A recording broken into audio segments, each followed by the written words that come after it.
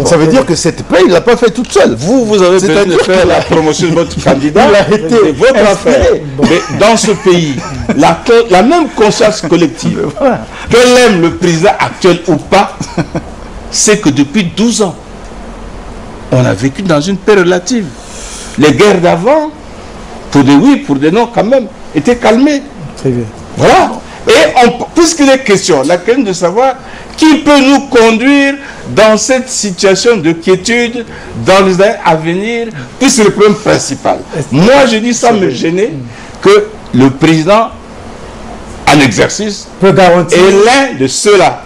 Sinon, non, est l'un de ceux-là d'abord, par modestie, oui. Hein, et par militantisme, je dis qu'il n'y a que lui. Est-ce qu'il peut y avoir des gens de l'autre côté qui peuvent aussi plutôt préférer la guerre?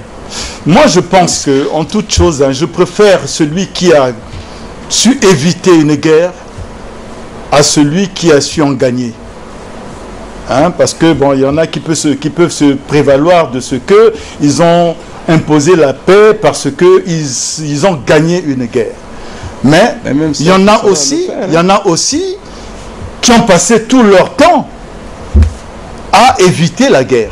Et demain, la situation du Congo, en fait, c'est ça. Comment éviter la guerre et non comment gagner une guerre? Parce que quand on gagne une guerre, on la gagne toujours au prix des pertes humaines. Mais quand on évite une guerre, on l'évite avec zéro mort. Et je pense que c'est ça qui m'importe au jour d'aujourd'hui. Très bien. Alors, cette thèse-là...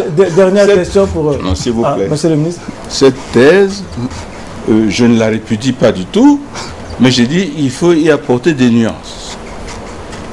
Parce que l'histoire, c'est une histoire partagée. Nous la connaissons tous. Nul n'est parfait. Nul n'est parfait. Heureusement que vous le dites. Mais non. Mais c'est le seul à pouvoir imposer la paix, c'est qu'il est parfait. Attends, mais il l'a imposé, il a réussi. Ce qui compte, c'est que les gens sont restés tranquilles. Et il est dans cette logique. Ben oui, mais c'est ça que je dis qu'il y en a un autre également. Il y a ceux qui n'ont jamais rien fait de leur vie. Et ceux qui n'ont rien fait de leur vie et qui veulent être des présidents. C'est beaucoup plus grave. Face à des enjeux aussi lourds. Je vous le concède, c'est pour ça que je soutiens ces enjeux aussi lourds. En éviter dans notre pays et à l'étranger. C'est ça qui fonde mon choix. Les enjeux sont lourds. L'amateurisme n'est pas permis. Tout à fait. Les enjeux sont lourds. Absolument. L'amateurisme n'est pas permis. Voilà. Ceci fait que, attention, il y a une nuance. Nous ne dénions aucune compétence à tous les autres. Nous disons simplement que dans le contexte d'aujourd'hui, il y a un profil qui est privilégié. Ils ont leur talent, ils ont leur temps, ils s'affirmeront. Et il y aura un jour où on dira, c'est X qui est vraiment le talent.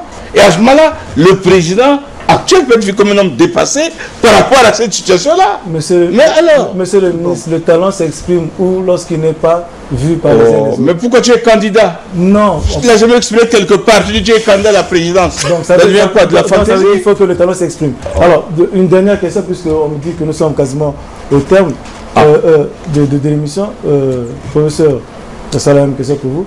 Est-ce que le choix peut être aussi influencé par le bilan pour celui qui a déjà exercé et celui qui n'a rien fait? Comment on peut déterminer les compétences ou la qualité de conduire les décisions de la nation? Non, moi je pense qu'on est toujours en mesure de faire le bilan de sa vie, même si vous estimez qu'on n'a rien fait. Parce que ça sera d'autant plus grave que l'on prétende gérer des situations aussi complexes alors qu'on sait qu'on n'a rien fait de sa vie. Pour moi, c'est de l'irresponsabilité. Parce que je pense qu'avant de se présenter, on fait une projection sur des problèmes à régler.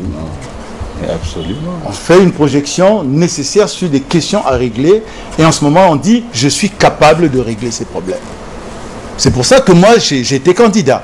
Je ne suis pas candidat cette fois-ci parce que je dis compte tenu de la nature des problèmes, quels que soient mes diplômes, quelle que soit mon expérience professionnelle, mon talent oratoire. Mon talent, bien sûr, mais ça c'est peut-être inné. Quel que soit parce qu'on lit beaucoup. Quel que soit le talent que le bon Dieu a pu me disposer, je me dis, par rapport aux enjeux, je fais un recul. Très bien. Et je laisse la place aux gens qui sont capables. Et Dieu merci, je me trouve avec quelqu'un que j'estime être plus que capable. Très bien. Et je le soutiendrai le jour où vous m'inviterez de nouveau pour décliner son nom. Ben, c'est avec plaisir que je vais décliner son nom, à condition qu'on le laisse se présenter. Et je tiens à ce qu'il soit candidat. Monsieur le ministre, jouez de votre influence pour qu'on laisse mon candidat se présenter. Moi, je suis un démocrate, il n'y a aucune raison. Si un candidat remplit les conditions qui sont inscrites dans la Constitution, oui, il les remplit, on lui cherche des pouces sur des trucs qui n'ont rien à voir avec la procédure. Je n'ai aucune raison, aucune raison. Absolument. Okay. Pour que cette élection-là soit appréciée de tous les Congolais, est-ce qu'il faut que tout le monde puisse compétir? Est-ce que nous ne craignons pas que ceux qui se sentiront peut-être lésés de façon malencontreuse parce qu'on aurait peut-être cherché les poux, viennent fausser les résultats d'une élection que nous souhaitons tous libre, transparente et peut-être qui va nous projeter dans l'avenir? Mon point de vue est clair. Allez-y. La Constitution dit qu'il peut être candidat. Le Conseil constitutionnel valide ce que toi tu prétends être ou ne pas être. C'est tout. Voilà. Maintenant le reste, il y a peut-être des talents qui auraient dû, parce qu'il manque 25 millions, je ne sais pas quoi. Il y a peut-être des génies qui auraient dû, parce que quelque part, je ne sais pas, ils ont été luttés de traquenard. Ça fait partie du cours de la vie. Dans tout cas, un pays où, un jour J, tous les talents émergent, c'est comme un pays extraordinaire. Hein? La vie est faite d'étapes. À chacun son tour, à chacun son temps. Voilà, c'est tout. Et puis vous parlez des budgets, je ne sais pas quoi. Ça, c'est farfelu. Les gens, les statistiques n'ont jamais réparé des fausses statistiques. Alors, comment peut-on juger les gens? Des trucs aléatoires qui n'ont aucun sens. N'est-ce pas? Les chefs, c'est des gens qu'on a vus vivre, pratiquer, agir, et sur lesquels il y a une opinion qui est construite, bonne, mauvaise, etc. Les chefs, on les recrute parmi ces gens-là. On ne rêve pas quand on recrute un chef. Voilà. Et aujourd'hui, le peuple a la possibilité de prendre son destin en main en choisissant le chef, entre guillemets, qui lui va ou qui lui irait très bien. Voilà. Alors, donc, nous avions posé une question à nos deux invités. Pourquoi allez-vous appeler à voter ou ne pas voter pour lui? Alors, le lui, tout le monde a compris que personne n'a décliné les noms. Et même si nous avons tous ici là le portrait robot de ces deux candidats, nous souhaitons seulement que, en plus, que ces deux pseudo ou futurs candidats puissent compétir pour le meilleur et pour le bien des Congolais. J'ai dit je vous remercie, passez une bonne soirée et à la semaine prochaine. Merci.